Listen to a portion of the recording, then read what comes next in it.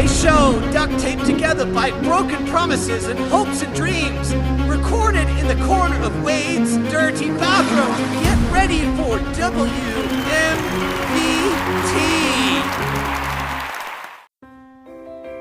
Marriage goes back almost 4,000 years.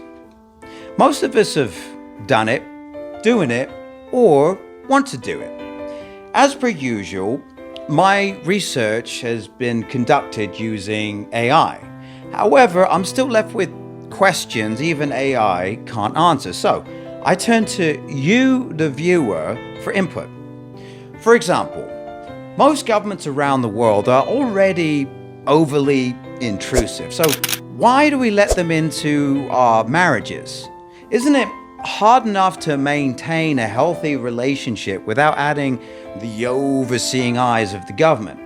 Getting legally married is like having a permanent threesome. Oh, yes. Which even a brief one isn't exactly known as marriage glue. Giving the government yet another reason to loom over you, just waiting to stick its nose further into your rectum thanks to a divorce, doesn't sound like a good night out on the dance floor to me. This scenario only benefits your haters, lawyers, mediators, because now all of your personal shit comes out in the court of public opinion. No!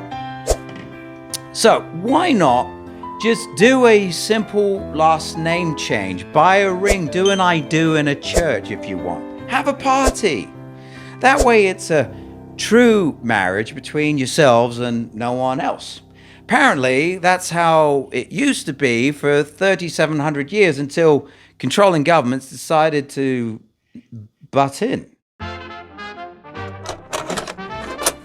Marriage is a legally and socially recognized union that establishes rights, responsibilities, and often serves as a framework for family life. It's both practical, covering laws, property, and symbolic, representing commitment, unity, and tradition. That being said, over 50% of marriages fail in the United States, leading to divorce. And it's estimated another 22% hang in there due to financial convenience or comfortability, regardless of how miserable they are. The leading causes of divorce are poor communication, infidelity, money problems, unrealistic expectations, lack of intimacy, substance abuse, growing apart, family interference, stress, domestic abuse, control issues. However, there are alternatives. For example, you can enter into a domestic partnership. This still requires registration with the government, of course, but this offers limited rights like hospital visits or insurance.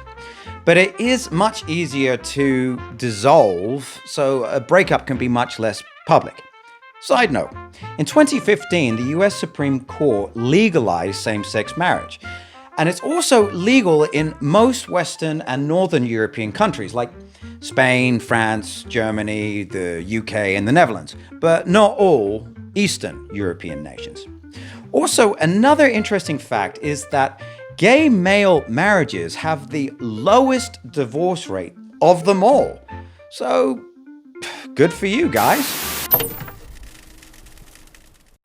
More options to consider: common law marriage, which is a type of marriage recognized in some places without a formal ceremony or marriage license.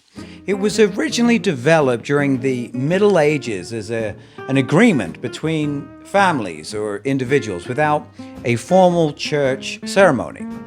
I mean, it worked for people like Johnny Depp and Vanessa for 14 years.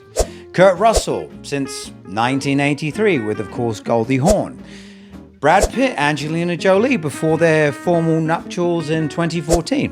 So it can be a preference for some people. The requirements vary, but both partners must be adults and legally be able to marry. They must live together for a significant period and present themselves as a married couple with the intent of getting married. Just to be clear, though, the legal recognition does not apply to all states or countries. In the places that do, it grants nearly the same legal rights as a formal marriage, and ending like a regular marriage, unfortunately. Basically, the benefits of common law marriage is no ceremony or license required, so there is cost and hassle savings. Drawbacks are simply limited recognition in the states and the countries that don't recognize it, and you'll probably still end up in court putting your breakup on display for Uncle Sam and the greedy attorneys. The majority of the married men that I've ever met cheat on their wives. No. Myself included in that roll call. I'm not proud of it. I was running around like a bunny rabbit. I got divorced from my last and final wife 14 years ago, and I'm very happy about that, meaning I am never getting married again. Looking back, I don't know how I even had the energy to even cheat. The thought of talking to most women today with the intention of getting them to take their knickers off sounds so exhausting. I'd rather polish my banister at home and call it a night. Most people cheat because they feel stuck, right? My divorces, as an example, cost me a small fortune by the time I got done with them, although I kind of expected that, which is why I put them off in the first place. Ladies aren't strangers to infidelity, and perhaps they stay in their unhappy marriages for financial stability or the kids, but end up silently hating their husbands. This is perceived by the husband, which pushes him further away, making it more appealing to seek the affections of other women. Another unhealthy thing that I've witnessed is most married men, the ones without kids anyway, feel the need to ask permission just to go out with their buddies, which isn't entirely manly, or even hide their drug and alcohol consumption from their wives and ask their friends to cover for them. All in all, this is a vicious circle of things that ultimately lead to more unhappiness for everyone concerned. So why not just be honest?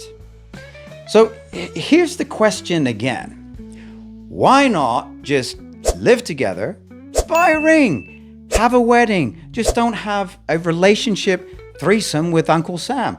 If you break up, no judges or lawyers need to be involved. Simply gather yourselves, move apart amicably, and who knows, maybe get back together in the future. Trust me when I tell you a bitter divorce being pushed, pulled by attorneys for God knows how long will surely and irreparably drive both of you apart forever. Some of the earliest written laws about marriage occurred in ancient Mesopotamia around 4000 BC, and it was treated as a contract between families for property, inheritance, and alliances. Fast forward to the 17th and 19th centuries, many countries formalized marriage laws. For example, in France after the Revolution, marriage became strictly a civil contract. Then later down the line, the US gradually started requiring things like a marriage license and registration. This was done to maintain some kind of order to keep people from marrying their pets, for example, but also to generate additional revenue for the government. The first recorded divorce in Europe was Henry VIII, who married Catherine of Aragon. She had one job, to give him a boy, but only delivered a daughter, Mary. Henry shuffled on to a new tart, Annie, and decided to start his own church at the chagrin of the Pope. This way he could get a divorce and not be stuck in an unfulfilled marriage. Pretty smart if you ask me. However you choose to bond with your partner, being happy is paramount. The last thing you want to do is feel stuck in something that makes you unhappy.